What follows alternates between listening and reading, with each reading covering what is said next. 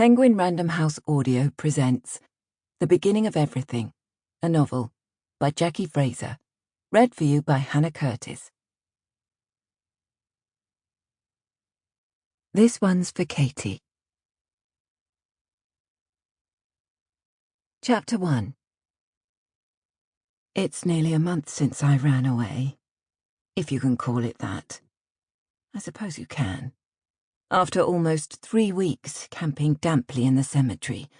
A good choice, although you mightn't think it. A quiet, empty place. Empty apart from the dead, I mean. Where I was able to almost relax. I found something more weatherproof and substantial, although equally quiet and empty. Only temporarily empty, though. The house has been sold quite recently, I think, so I can't stay forever. But I'm really hoping I can get myself back on track before the new owners appear. I don't much want to have to deal with anyone who might discover me lurking in their new property. That would be awkward, right? The house is one of a long row of semi-detached 1930s houses on a road that leads down from the cemetery into the town. It has a name, Sunnyside, and a big bow window. There's stained glass in the front door. Stylized flowers, a nice bit of provincial art deco. It's been empty a long while, I think, judging from the state of the garden. The electricity's still connected. This doesn't seem very efficient, but I guess it's far from being my problem. So I can charge my phone, even if I can't put a light on. And I can cook on the ancient electric stove.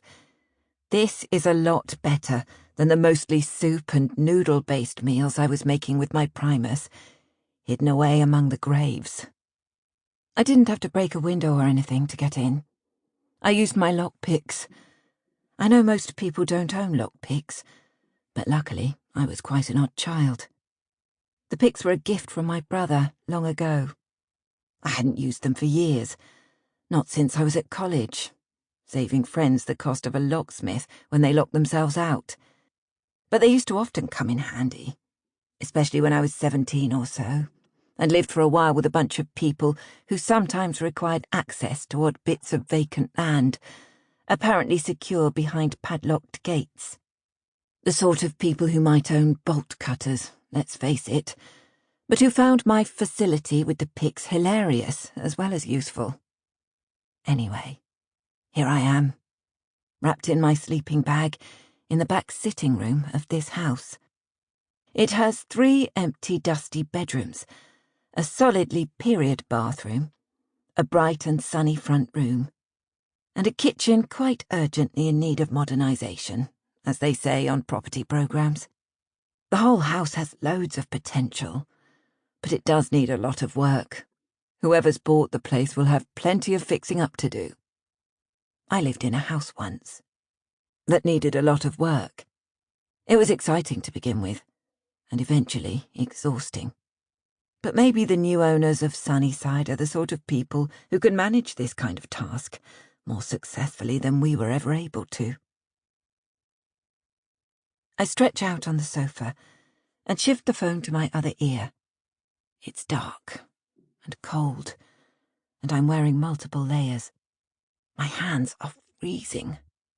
I should maybe see if I can find some fingerless gloves somewhere, or a pair of those wrist warmer things.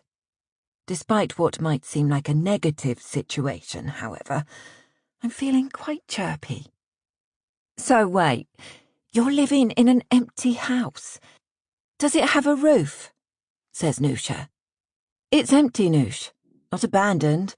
Of course it's got a roof, and water and electricity. A palace.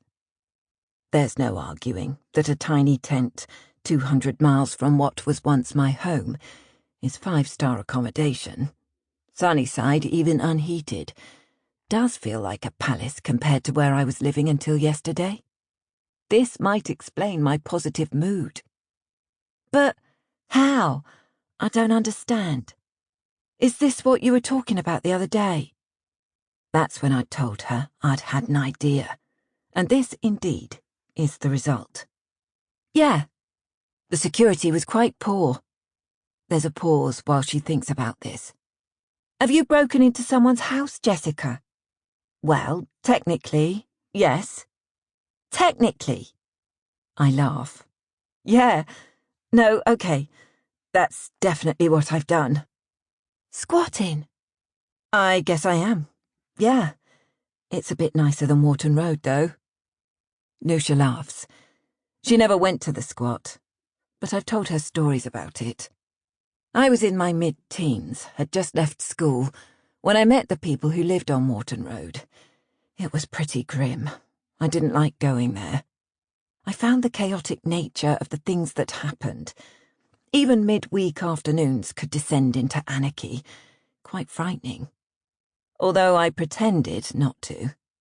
Even at 16, I felt sorry for the neighbours. This is a bit different, though. No one's stolen all the wiring. And it doesn't smell of bonfires, hash, and unwashed clothing. I wonder idly what the people who lived in the squat are doing now. What if you get caught? I shrug, not that she can see me, and look around the room. It's dark, but even in daylight there's not much to see. It's essentially empty, although there is an offensively ugly non-period fireplace with an elaborate electric fire that I'm too scared to turn on. There's no furniture in the house, except for some unattractive built-in wardrobes in the master bedroom, a frameless full-length mirror leaning against a wall in the front bedroom, and this large floral sofa where I slept last night. It's not amazingly comfortable, and my back doesn't completely love it, but it is at least big enough for me to lie full length. And it's better than a bedroll in a cemetery. Hopefully, I won't get caught. I'm seeing someone about a job later. It might only take me a month to save up enough money for a room. So, with luck, I'll be gone before anyone catches me. I don't know, mate. It sounds risky. It is risky, I admit. But it's indoors risky. And I'm prepared to take the chance. Seriously, though, I could lend you some money.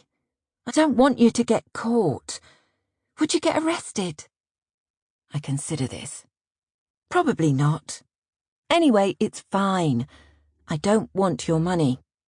I'm going to do this myself. I've deleted lots of people from my phone, or blocked them, and I never answer mysterious calls. All the location stuff is turned off. I blocked loads of people on Facebook too, and haven't been on there anyway, except to write a reassuring holding statement. I don't want the police looking for me after all. I'm not missing, I'm just somewhere else. I am safe. Please do not speak to Mitch about me. I do not want to have any contact with him, it says. I will not be checking my messages here. Please be assured I'll be in touch later. I should probably have deleted the whole thing, but I didn't want anyone to worry. I'm lucky that a lot of my stuff never made it out of my sister's attic to Mitch's anyway, so I didn't have to abandon much. I've been extremely fortunate. To be honest, I've got enough money to live on for a while, but I wanted to see what I could do, how I'd cope if I really had nothing. Hence, the tent, bought in the summer, when I first thought seriously about running away. I sent my sister a postcard of the castle when I first arrived, letting her know that I'm safe, adding, "We'll be in touch soon." This evening, as well as Nusha, I called Lizzie, my best friend from school, who was relieved I was no longer camping, and tried to be upbeat about the whole situation.